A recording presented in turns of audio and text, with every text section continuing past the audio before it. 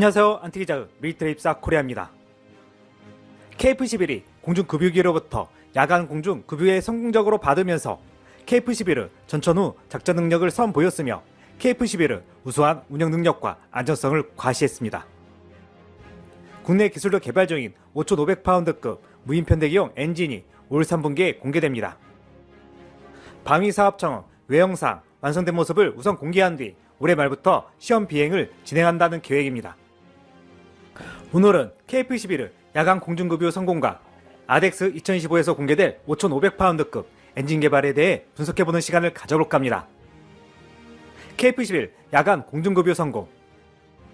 지난해 7월부터 본격적으로 양산에 나선 한국형 차세대 전투기 KF-11이 주간에 이어 야간 상황에서도 공중급유 능력을 입증한 사실이 확인되었습니다.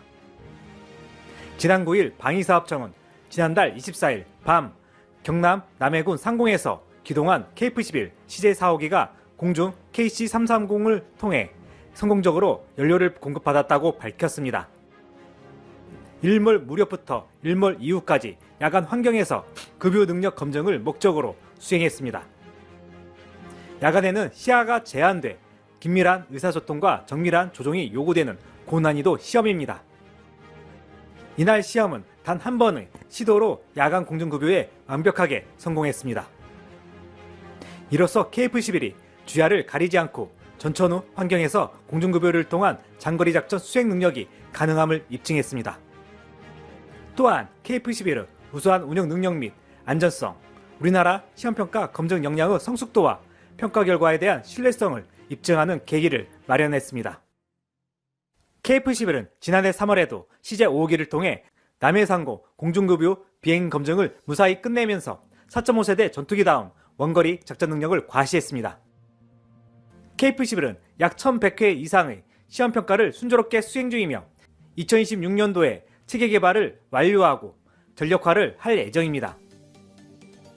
최근 필리핀에 F-16이 대당 4,100억 원에 납품되는 등 트럼프 정부에 들어서 전투기 가격이 폭등하고 있으며 미국의 관세 및 동맹에 대한 정책 변화로 인해 서방권 국가들은 미국산 전투기 구매 계획을 철회하고 대안을 찾고 있는 중입니다. 당장 KF-11이 이 시장에 진입하기는 어렵겠지만 가격이 폭등하고 있는 미국산 전투기 도입보단 우리가 만들어 가격 통제와 자유롭게 정비할 수 있는 기체를 보유하고 있는 것이 얼마나 중요한지 알 수 있을 것입니다. KF-11의 양산 정상화를 조속히 진행해야 하며 차기 KF-11 블록 3 혹은 KF-XX 개발 계획도 빠른 결정 및 실행이 필요한 상황입니다. KF-11의 소위무사인 한국형 무인편대기용 엔진을 오는 아덱스 2015에 전격 공개한다고 밝혔습니다. 한국형 무인편대기용 엔진 아덱스 2015에서 전격 공개. 지난 7일 군 당국과 방산업계에 따르면 방사청은 올해 10월 17일부터 열릴 아덱스 2015에서 5,500파운드급 무인기용 터보팬 엔진의 실제 형상을 전시하기로 했습니다. 시험평가를 거쳐 완성되면 국산 기술로 만든 최초의 1000시간 사용 가능한 항공 엔진을 개발하게 되는 것입니다. 군용 엔진은 일정 시간 운행 가능한 수명 주기가 있는데 1000시간을 사용할 수 있는 엔진을 개발한다는 것은 대단한 의미가 있는 것입니다.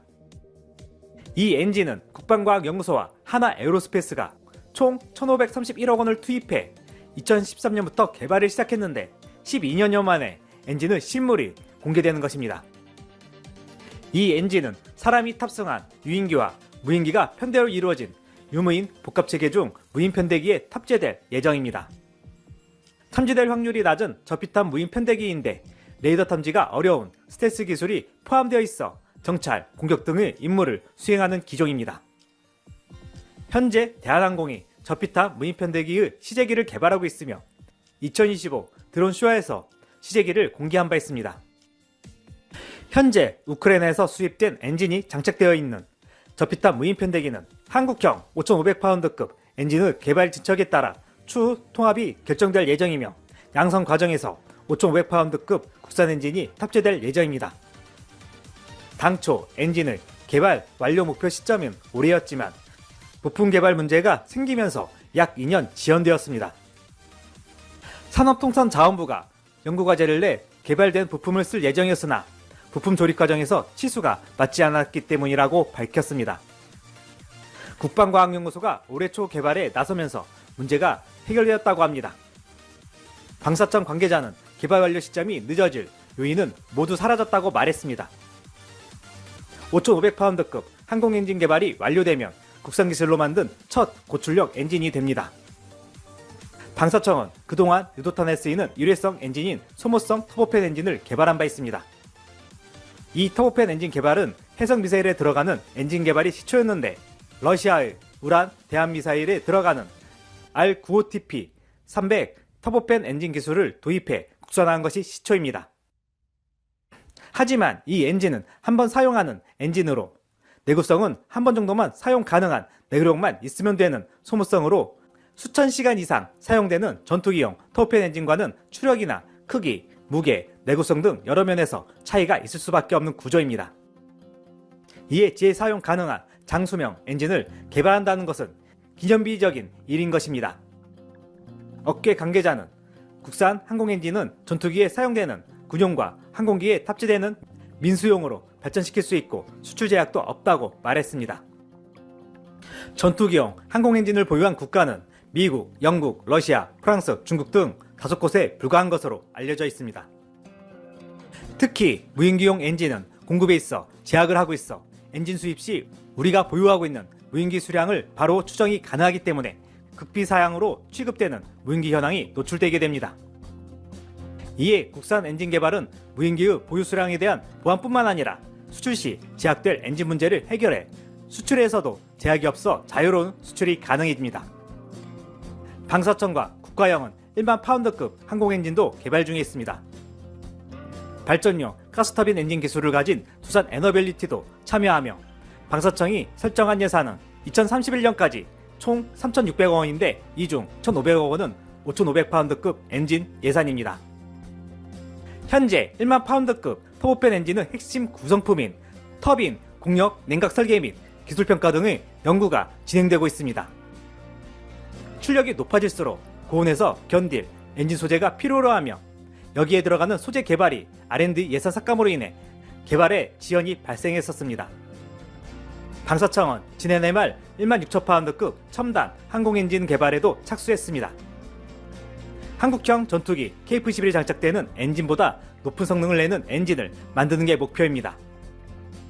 방사청은 개발에 참여하는 한화 에어로스페이스와 두산 에너빌리티의 장점을 살려 개발 과제를 나누고 있으며 업체 간 경쟁을 유도하면서도 갈등을 줄이려는 의도로 풀이됩니다.